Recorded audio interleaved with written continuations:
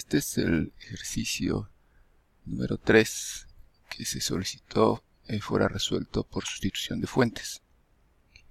El objetivo era que el circuito que está aquí arriba a la izquierda se simplificara a través de la sustitución de fuentes en un circuito que constara únicamente de una fuente de voltaje en serie con una resistencia.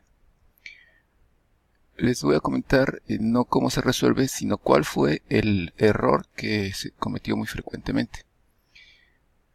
La forma de resolverlo era empezar por la derecha, sustituyendo esta fuente de corriente con la resistencia en paralelo por una fuente de voltaje en serie con una resistencia.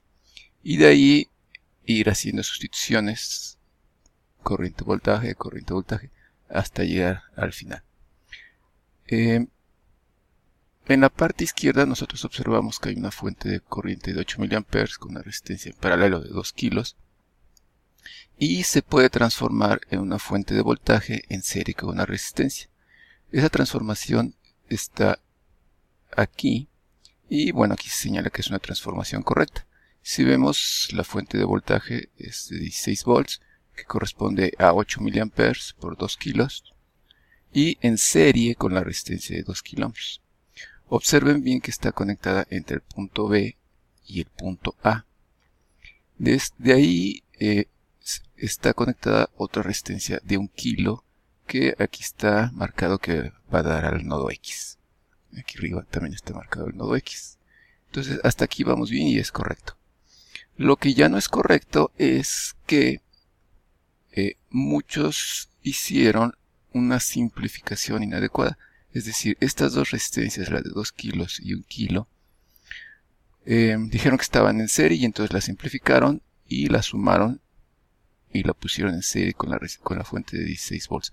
Eso no es correcto.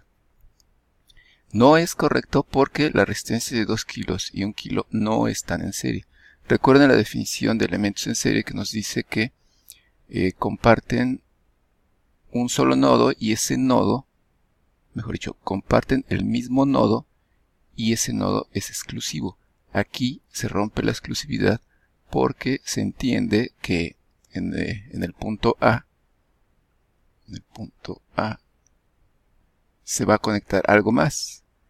Puede ser un elemento, puede ser otra fuente, puede ser un circuito completo. Entonces, al conectar algo más, se rompe la exclusividad entre estos dos elementos y en consecuencia no están en serie.